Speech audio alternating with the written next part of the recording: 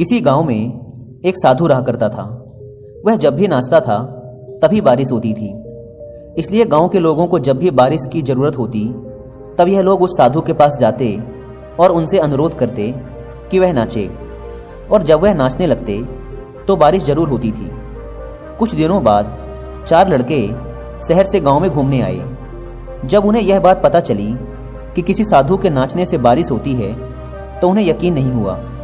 शहरी पढ़ाई लिखाई के घमंड में उन्होंने गांव वालों को चुनौती दे दी कि अगर हम भी नाचेंगे तो बारिश होगी, और अगर हमारे नाचने से बारिश नहीं हुई तो साधु के नाचने से भी बारिश नहीं होगी। अगले दिन सुबह सुबह गांव वाले उन 4 लड़कों को लेकर साधु के कुटिया के पास पहुंचे। गांव वालों ने साधु को सारी बात बताई। फिर उन लड़कों ने नाचना शुरू किया। पहले लड़के ने नाचना शुरू किया। आधा घंटा बीत गया।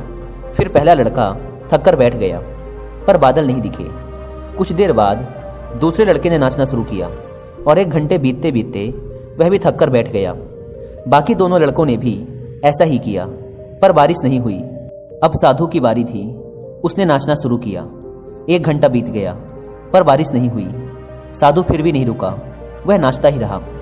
नाचते नाचते 2 घंटे बीत गए, पर बारिश नहीं हुई। 4 घंटे बीत गए, पर बारिश नहीं हुई। लेकिन साधु तो रुकने का नाम ही नहीं ले रहा था। धीरे धीरे शाम ढलने लगी कि तभी बादलों की गड़गड़ाहट सुनाई दी और थोड़ी देर बाद जोरों की बारिश होने लगी।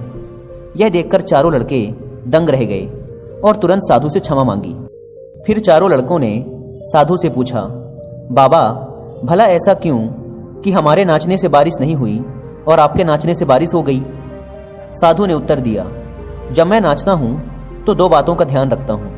पहली बात तो मैं यह सोचता हूं कि अगर मैं नाचूंगा तो बारिश को होना ही पड़ेगा, और दूसरी यह कि मैं तब तक नाचूंगा जब तक कि बारिश ना हो जाए।